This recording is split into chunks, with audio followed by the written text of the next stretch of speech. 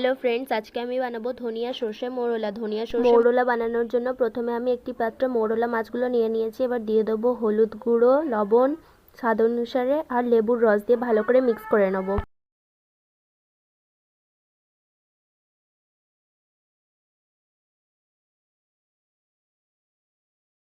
দেখুন বন্ধুরা, কি সুন্দর মিক্স করা হয়ে গেছে। এবার আস্তে আস্তে তেলে ফ্রাই করে নেব।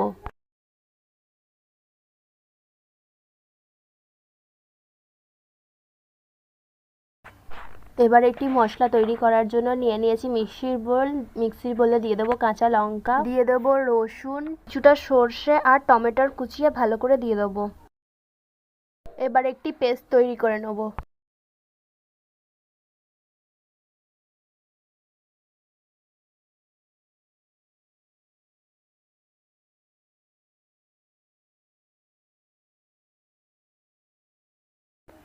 দেখুন বন্ধুরা, মাছগুলো ভাজা হয়ে গেছে। একটি পাত্রে তুলে নেব মাছগুলো।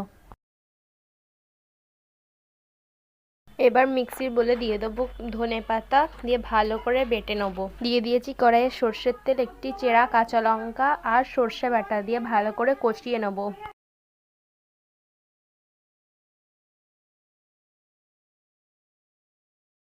দেখুন বন্ধুরা, সর্ষে বাটাটা কষানো হয়ে গেছে। এবার দিয়ে দেবো স্বাদ অনুসারে লবণ আর হলুদ গুঁড়ো দিয়ে ভালো করে আবারও কিছুক্ষণ কষিয়ে নেব। সর্ষে বাটাটা কষানো হয়ে গেছে। এবার দিয়ে দেবো জল, ঢাকনা চাপা দিয়ে কিছুক্ষণ ভালো করে ফুটিয়ে নেব। সর্ষে বাটাটা ভালো করে ফুটে গেছে। এবার দিয়ে দেবো বেটে রাখা ধনেপাতা, বাটা ধনেপাতা দিয়ে ভালো করে কিছুক্ষণ নাড়াচাড়া করে ফুটিয়ে নেব। এবারে দিয়ে দেবো ভেজে নেওয়া মাছগুলো দিয়ে কিছুক্ষণ ভালো করে নাড়াচাড়া করে ফুটিয়ে নেব।